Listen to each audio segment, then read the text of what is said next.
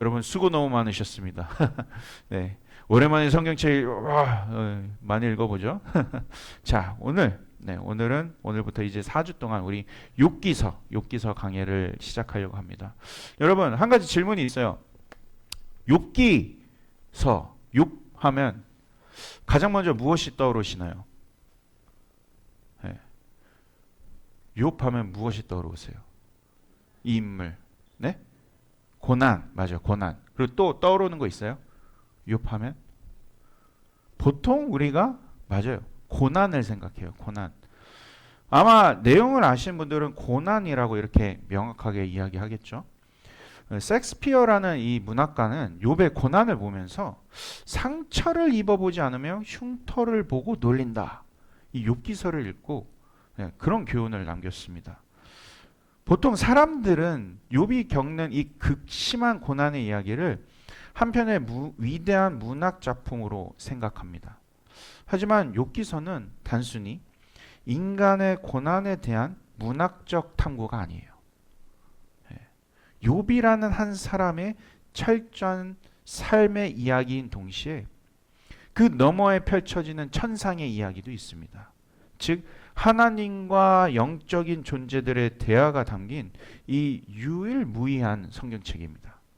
다시 말해서 욥기서는 한 개인의 삶을 통해서 하나님의 거대한 창조 질서와 섭리가 그 계획이 어떻게 펼쳐지는지를 보여주는 우리의 삶과 직결된 생생한 진리의 말씀입니다. 그래서 이번에 욥기서를 이야기를 듣는 동안에 우리가 우리의 삶, 우리의 인생에 대해서 다시 한번 생각해 봤으면 좋겠어요. 그런 귀한 시간이 됐으면 합니다. 저는 이번 욥기서를 이렇게 준비하면서요. 두 가지를 이렇게 깊이 깨달았는데요.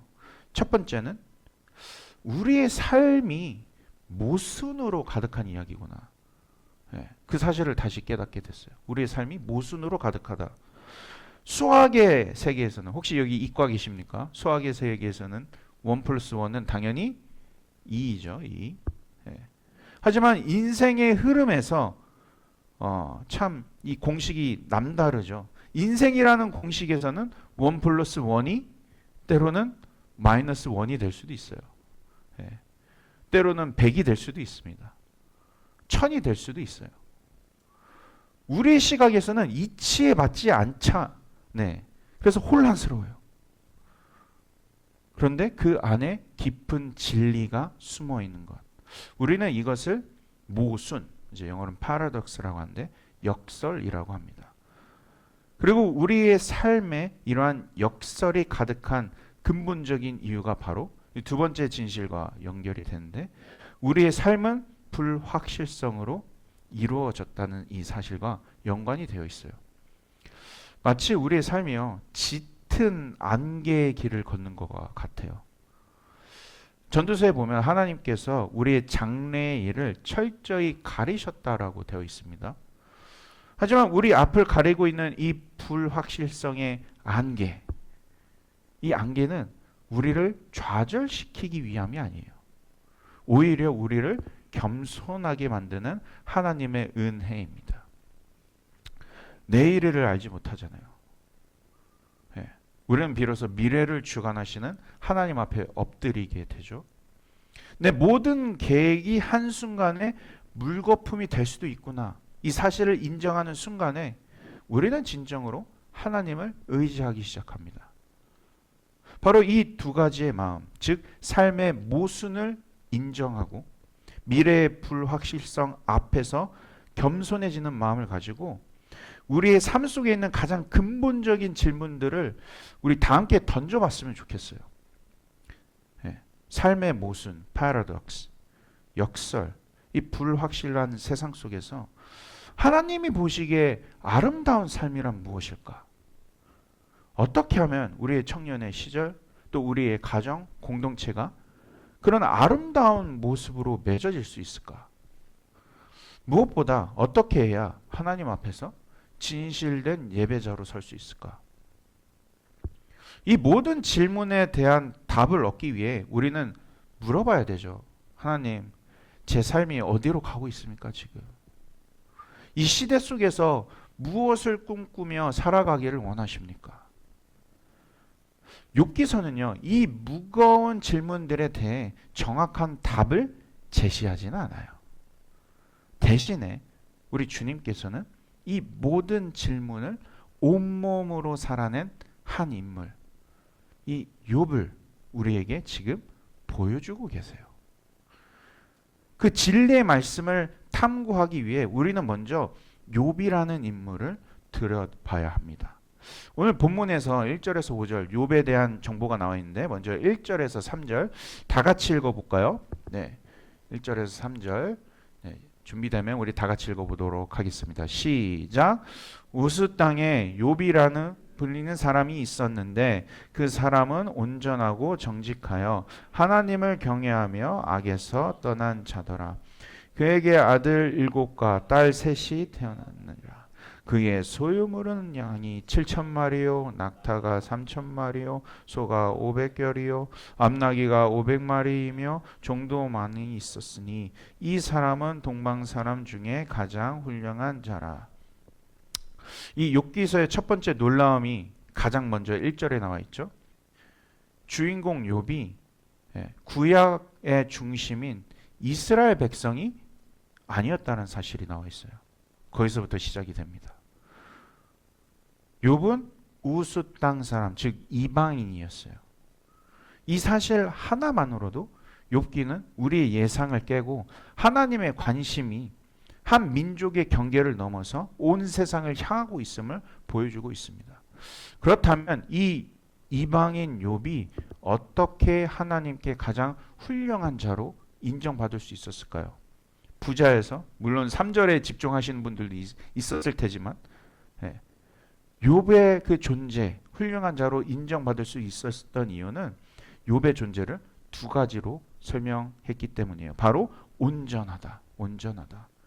그리고 정직하다. 이 두 단어가 욥의 온전한 사람을 설명하고 있습니다. 먼저 온전하다라는 것은 흠이 없는 완벽한 사람, perfect 이런 뜻이 아니에요. 이 온전하다라는 뜻은 히브리 원어로 내면과 외면이 나누어지지 않고 하나로 일치하는 사람. 그런 사람이었다는 것을 뜻하는 것입니다. 사람들 앞에서 보이는 신앙인의 모습과 아무도 보이지 않는 그 은밀한 곳에서의 모습이 다르지 않았다라는 겁니다. 꾸밈 없이 하나님을 향했던 진실한 인물이었어요. 동시에 정직하다라는 뜻은요, 그의 삶의 방향이 언제나 하나님을 향해 올곧게 뻗어 있었다라는 뜻입니다. 세상의 유혹이나 자기 욕심에 따라 길이 구부러지지 않고 하나님의 기준 앞에서 떳떳하고 올바른 사람이었습니다. 이 그림들을 하나의 풍경을 이렇게 그려보자면 하나님께서는 온 땅을 두루 살피실 때 그 약속의 땅 바깥 그 이방 우스 땅에서 하나님이 찾으시는 한 사람 욥을 발견하신 것이죠. 그는 혈통이나 배경이 아니었어요. 오직 진실한 마음 하나로 하나님 앞에 온전한 예배자로 섰던 사람이었습니다. 얼마나 예배자의 모습을 갈망하고 있었는지는 오늘 본문 4절 5절에 이렇게 나와 있죠. 우리 다 같이 한번 읽어볼까요? 4절 5절 준비되면 다 같이 읽어보겠습니다. 시작. 그의 아들들이 그의 누이 3명도 정하여 함께 먹고 마시더라. 그들이 차례대로 잔치를 끝내면 욥이 그들을 불러다가 성결하게 하되 아침에 일어나서 그들의 명수대로 번제를 드렸으니 이는 욥이 말하기를 혹시 내 아들들이 죄를 범하여 마음으로 하나님을 욕되게 하였을까 함이라. 욥의 행위가 항상 이러하였더라. 욥은 하나님 앞에 온전하고 정직한 예배자였을 뿐만 아니라 자녀들까지 염려하며 신앙으로 이끌었던 책임감 있는 아버지였어요. 욥은 자신의 경건함에 만족하지 않았습니다. 혹시라도 자녀들이 마음으로 죄를 지을까 봐 노심초사하면서 매일 아침 번제를 드리죠. 가정 예배를 드린 거예요. 그의 삶은 이 땅에서 흠을 찾기 어려운 그야말로 축복받아 마땅한 삶처럼 지금 우리도 그렇게 보고 있죠. 하지만 이제 욥의 이야기는 완전히 새로운 국면으로 접어들게 됩니다. 땅 위에서 완벽했던 그 삶에 거대한 폭풍이, 고난의 폭풍이 몰려오기 시작합니다. 그런데 놀랍게도 그 폭풍의 진원지가 땅 어디서 시작된 게 아니에요. 어디예요? 감히 우리가 상상할 수 없는 곳, 하늘. 하늘에서 시작됐습니다. 그 이야기가 6절에서 12절 이렇게 나와 있죠. 네, 먼저 6절에서 9절을 다 같이 다시 한번 읽어볼까요? 우리 준비되면 다 같이 읽도록 하겠습니다. 6절에서 9절. 네, 시작. 하루는 하나님의 아들들이 와서 여호와 앞에 섰고 사탄돌 그들 가운데에 온지라. 여호와께서 사탄에게 이르시되 내가 어디서 왔느냐. 사탄이 여호와께 대답하여 이르되 땅을 두루 돌아 여기저기 왔나이다. 여호와께서 사탄에게 이르시되 내가 내 종 욥을 취하여 보았느냐. 그와 같이 온전하고 정직하여 하나님을 경외하며 악에서 떠난 자는 세상에 없느니라. 사탄이 여호와께 대답하여 이르되 욥이 어찌 까닭없이 하나님을 경외하리이까. 6절에서는 이제 성경은 우리를 이제 하나님 보좌 앞으로 이끌고 있죠. 6절을 보게 되면 하나님의 아들들이라고 나와 있는데 천사들을 뜻합니다. 그 천사들이 하나님 앞에 섰어요. 그 무리들 가운데 뜻밖의 존재가 나타나게 되죠. 바로 불청객 사탄이에요. 사탄. 오늘 본문에 나온 이 사탄의 뜻은요. 히브리 원어로는 원래 대적자, 고소자라는 뜻이에요. 마치 법정에서 피고의 죄를 낱낱이 찾아내는 그 고발하는 검사 있잖아요. 검사처럼 그의 역할은 하나님의 창조 세계 질서에서 흠을 찾아내고 관계를 이간질을 하는 것이었습니다. 놀랍게도 그 사탄이 하나님의 거룩한 회의에 참여하고 있는 거예요. 그때 하나님께서 사탄에게 내가 어디서 왔느냐 물어보신 다음에 하나님이 그 다음에는 한 영혼을 향한 이 기쁨이 가득 찬 자랑을 하게 되시죠. 뜬금없이 너는 내 종 욥을 보았느냐? 그처럼 온전하고 정직하며 나를 경외하고 악을 멀리하는 자는 세상에 다시 없을걸? 마치 그를 볼 때마다 내 마음이 기쁨이 넘친다라고 말씀하고 계십니다. 그런데 그 순간 사탄이 1차 도발을 시작합니다. 1차 도발. 욥이 어찌 까닭 없이 이유 없이 하나님을 경외하겠습니까? 이 질문은요. 단순히 욥의 신앙을 향한 비난이 아니었어요. 이것은 하나님의 그 선하심과 아무런 조건 없이도 찬양 받으실 만한 자격, 존귀와 영광을 받으실 만한 자격, 사랑 받으실 만한 자격, 그 관계의 본질을 공격하는 교묘하고도 근본적인 공격이었죠. 사탄 지금 이렇게 말하고 있는 거예요. 다시 10절, 11절을 제가 요약하자면 하나님, 아무도 하나님을 조건 없이 사랑하지 않습니다. 하나님 복 주시니까, 그 울타리 쳐주시고 지켜주시니까 욥이 그래서 경배하는 거예요. 한번 다 빼앗아 보세요. 아마 그 즉시 신앙 그냥 다 갖다 버리고 하나님 떠날걸요. 이처럼 사탄은요. 하나님과 욥 사이에 흐르는 사랑과 신뢰의 관계를 자신의 유익에 의한 이기적인 관계, 조건적 거래 관계잖아요. 이런 게 조건적 거래 관계로 전락시키고 있는 거예요. 이 사탄의 교묘한 도발은 이 하나님의 거룩한 마음에 불을 지폈죠.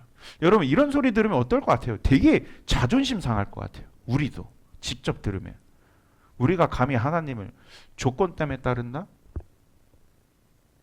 이 사탄의 이 교만한 도발이 하나님 말에 마음에 불을 지핌으로써 사랑하는 욥의 진실함을 변호하고 조건 없는 사랑의 관계가 가능함을 증명하고 싶었어요. 하나님은 불타는 사랑에 열정이 있었습니다. 그래서 하나님께서 욥의 삶을 통해 계산적 거래가 아니라 진정한 믿음이 무엇인지를 보여주기로 결심하신 것 같아요. 그래서 12절에 하나님께서 이렇게 말씀하시죠. 우리 12절 다 같이 읽어볼까요? 12절입니다. 시작. 여호와께서 사탄에게 이르시되 내가 그의 소유물을 다 내 손에 맡기노라. 다만 그 몸에는 내 손을 대지 말지니라. 사탄이 곧 여호와 앞에서 물러가니라. 이 하나님께서 욥의 생명에는 손대지 말라. 단 하나의 조건을 거시고 그의 모든 소유를 사탄의 손에 맡기십니다. 근데 여러분, 우리가 이 장면을 오해해서는 안 돼요. 이 장면은 결코 하나님께서 악의 세력에게 패배하신 것이 아닙니다. 사탄은 하나님과 그 동등한 맞수가 될 수 없어요. 하나님의 절대적인 주권이라는 울타리 안에서 제한적으로 활동할 수 있는 그 피조물에 불과해요. 오히려 이 장면은 그 악의 활동마저도 결국 하나님의 그 거대한 통제 아래 있음을 가장 극적으로 보여주는 장면입니다. 그리고 그 하늘의 허락이 떨어지기 무섭게 땅에서는 이제 상상할 수 없는 그 재앙의 폭풍이 욥의 삶을 덮치게 되죠. 그것이 서서히 다 불어오는 그런 불행이 아니었어요. 하루 아침에 한순간에 모든 것이 무너져 내렸습니다. 그 무너지는 순간을 급박하게 오늘 본문 13절 19절에 나와 있죠. 제가 간략하게 설명을 해드릴게요. 아주 급박하고 간략하게. 어느 날 한 종이 달려와 강도들이 소와 나귀를 빼앗고 동료들을 죽였다고 보고합니다. 그 말이 채 끝나기도 전에 또 다른 종이 달려와서 하늘에서 불이 떨어져 양떼들이 죽고 목자들이 모두 다 죽었다고 합니다. 숨 돌릴 틈도 없이 세 번째 종이 나타나서 낙타를 모두 뺏겼다는 소식을 전하는데, 그리고 막바지로 그 다음에 그의 10자녀가 한 자리에서 즐겁게 식사하고 있었는데 거대한 폭풍이 집을 무너뜨려 모두 죽었다. 이게 불과 한 1분 만에 다다다다다다다 소식이 온 거예요. 욥의 심정이 어떻겠습니까? 아버지의 가슴을 찢는 그 비보죠. 그렇게 욥은요, 하루아침에 그의 재산, 희망, 그리고 사랑하는 자녀들까지 다 잃어버린 거예요. 그 잿더미에 홀로 앉아있게 되는 거죠. 우리 안에서는 모든 상식과 논리가 이 장면을 보면 소리치기 시작해요. 어떻게 의인이라고 기록된 온전하고 정직한 예배자가 이런 일을 당할 수 있지? 우리 머리로는 필사적으로 그 원인을 찾으려고 합니다. 아마 성경에 기록되지 않은 욥의 죄가 있을 거야. 크게 잘못했겠지 뒤에서.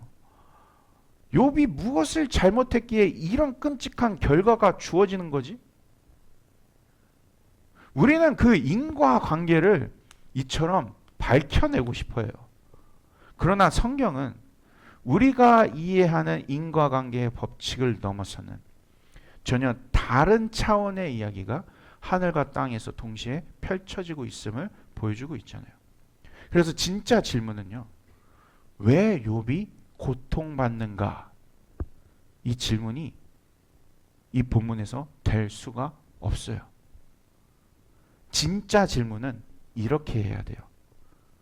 지금 욥의 고통을 통해 무엇이 증명되어지고 있는가? 욥의 고난을 통해서, 지금 한순간에 일어난 이 일을 통해서 무엇이 증명되어지고 있는가? 지금 하늘에서는요, 창조의 목적 자체를 뒤흔드는 질문을 사탄이 던졌잖아요. 인간은 과연 아무런 조건 없이 하나님을 사랑하며 그분만을 경외할 수 있는가? 사탄이 던졌잖아요. 사탄이 제시한 세상 논리는 이런 거예요. 모든 신앙은 거래이다. 거래이다. 하나님과 우리의 관계 조건적인 관계이다. 이렇게 주장하고 있는 거예요. 하나님이 복 주시니까 우리가 섬기는 거다. 복이 사라지면 아마 하나님 저주할걸? 철저한 원인과 결과의 논리로 지금 사탄이 이렇게 주장하고 있는 거예요. 잠시 우리의 삶을 돌아보아도요. 우리의 인생이 언제나 1 플러스 1은 2다. 이런 수학의 공식처럼 정해진 답을 향해 항상 나아갔던가요? 우리의 삶을 잘 생각해보면 그렇지 않다는 것을 우리 이미 더 잘 알고 있지 않나요? 내가 겪는 모든 질병에 명확한 원인이 있었던가요? 우리가 아무리 건강하게 살아도요, 암에 걸릴 수 있어요. 이유가 까닭 없는 고난의 현실이 우리 삶에 나타날 수도 있어요. 주님의 일을 걸어간다고 해서 언제나 성공이라는 결과가 보장되던가요? 그럼 목회자, 선교사님들 다 성공하게?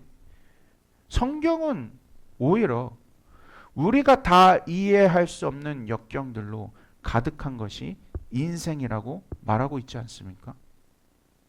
오늘 본문의 욥은 바로 그 풀 수 없는 고난의 한복판에 선 거예요. 자신의 이성으로 도저히 설명할 수 없는 그 역경 앞에서 가장 먼저 욥이 뭘 했죠? 20절부터 22절 한번 읽어보도록 하겠습니다. 네, 20절부터 22절.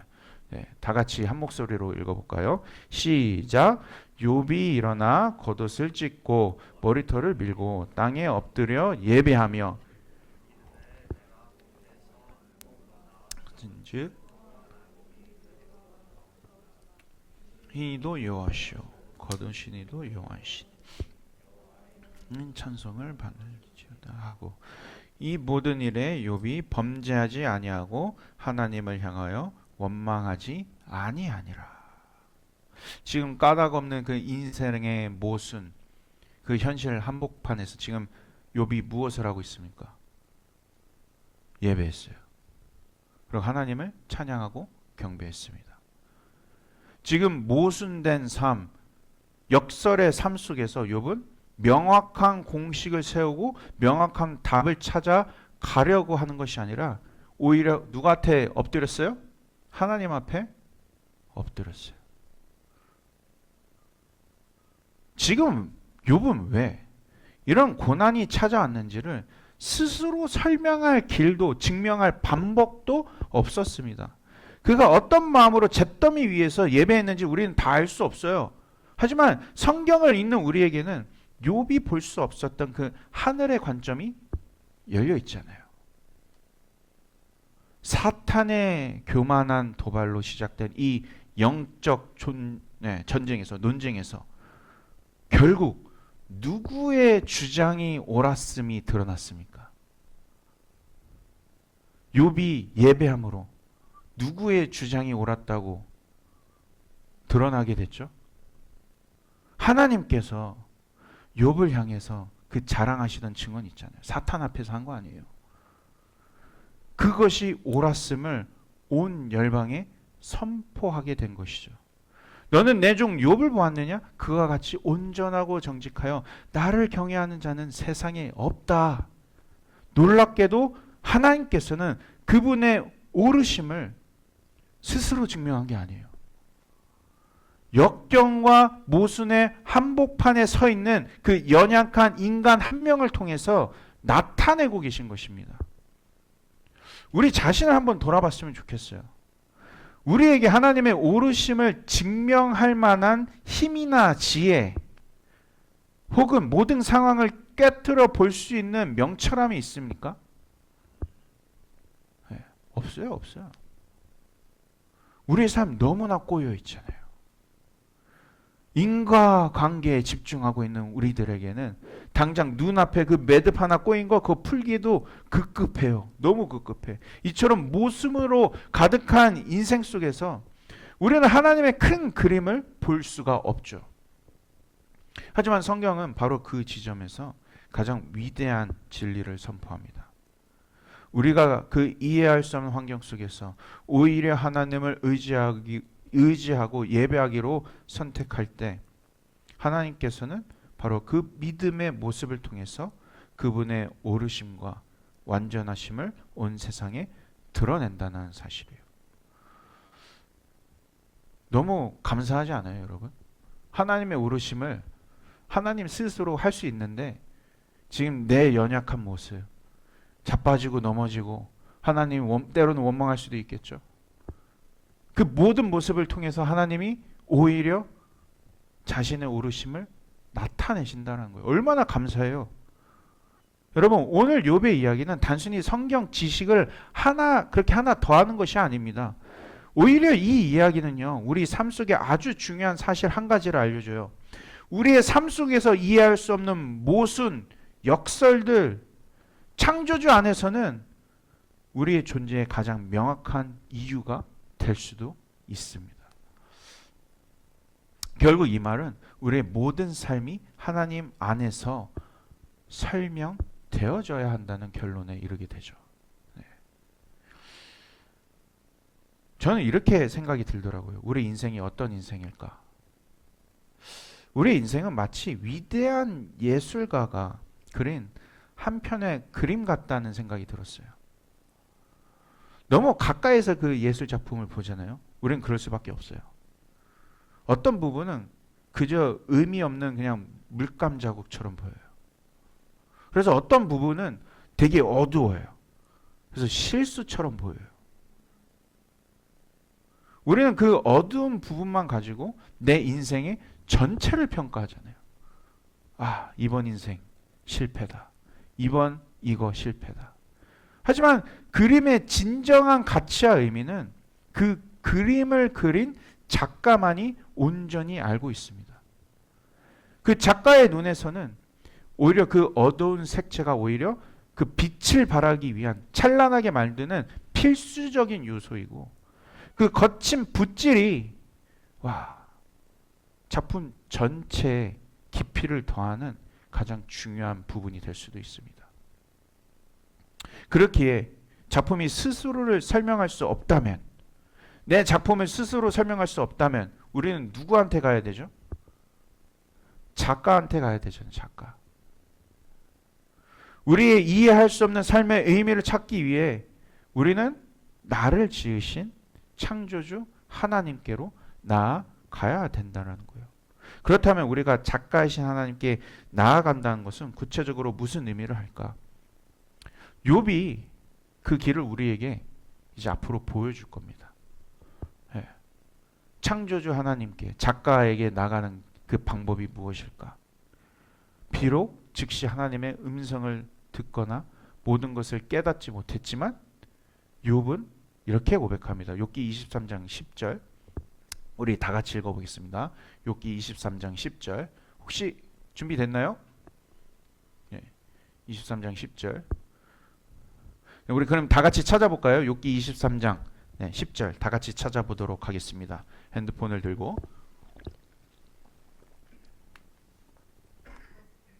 네, 욥기 23장 10절.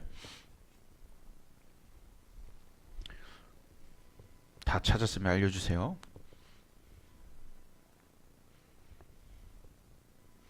욥기서 23장 10절. 아주 유명한 말씀입니다. 네. 23장 10절. 네. 23장 10절. 우리 다 같이 읽어볼까요? 시작. 그러나 내가 가는 길을 그가 아시나니 그가 나를 단련하신 후에는 내가 순금같이 되어 나아오리라. 나아오리라. 이 욥이요, 끝까지 계속 이렇게 하나님의 오르심을 증명해요. 아무것도 모르는 상태에서 나의 작가이신 하나님이 나를 증명해낼 것이다. 비록 그 길이 모순과 역경처럼 보일지라도 이 모든 모순과 역경을 하나님 안에서 설명되어질 때 그 길이야말로 가장 아름다운 인생의 해결책임을 욥의 인생을 통해서 우리는 깨달을 수 있습니다. 때로는 우리가 과거에 받은 상처 때문에 하소연하는 사람들도 있어요. 내가 왜 그런 일을 당해야 되지? 억울해하는 사람들도 있어요. 물론 사람의 입장에서 보면 너무 안타깝죠. 하지만 그 모든 것들이 훗날에 하나님을 통해서 설명되어질 수 있다라는 것입니다. 사랑하는 여러분, 우리는 삶의 방식을 바라볼 때 인과관계의 그 논리에 익숙해져 있습니다. 그래서 자꾸 내 삶의 불확실한 문제들을 내 힘으로 풀어 나가려고 해요. 나의 옳음을 내 스스로 증명하려고 합니다. 그리고 그 지점에서 우리는 항상 넘어지고 실패해요. 하지만 오늘 욥기 말씀을 통해서 조금이나마 깨닫는 것 같아요. 아, 그럴 필요가 없다라는 거.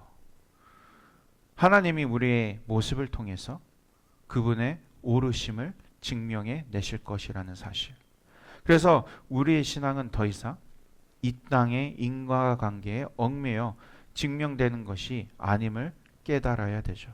그래서 어쩌면 우리의 삶은 이유를 깨닫지 못할 때가 더 많은 것 같아요. 그래서 네. 그래서 내가 뭐 해야 될지 모를 때가 더 많은 것 같아요. 네. 오히려 우리가 가진 불확실성의 역설, 그 이해할 수 없는 삶의 모습, 까닭 없는 고난에서도 하나님을 예배하는 그 모습이야말로 이 세상의 모든 논리를 뛰어넘어 하나님이 정말로 살아계시며 그분만이 우리의 유일한 소망이심을 온 세상에 선포하는 가장 강력한 증거가 될 줄 믿습니다. 그러니까 더 이상 우리의 삶을 세상의 논리로 설명하려고 애쓰지 말고 오히려 그 설명할 수 없는 삶을 가지고 주님 앞에 나아가세요. 여러분의 존재 자체로 하나님의 오르심이 증명된다니까요. 그런 복된 인생 되시기를 주님의 이름으로 간절히 축원드립니다.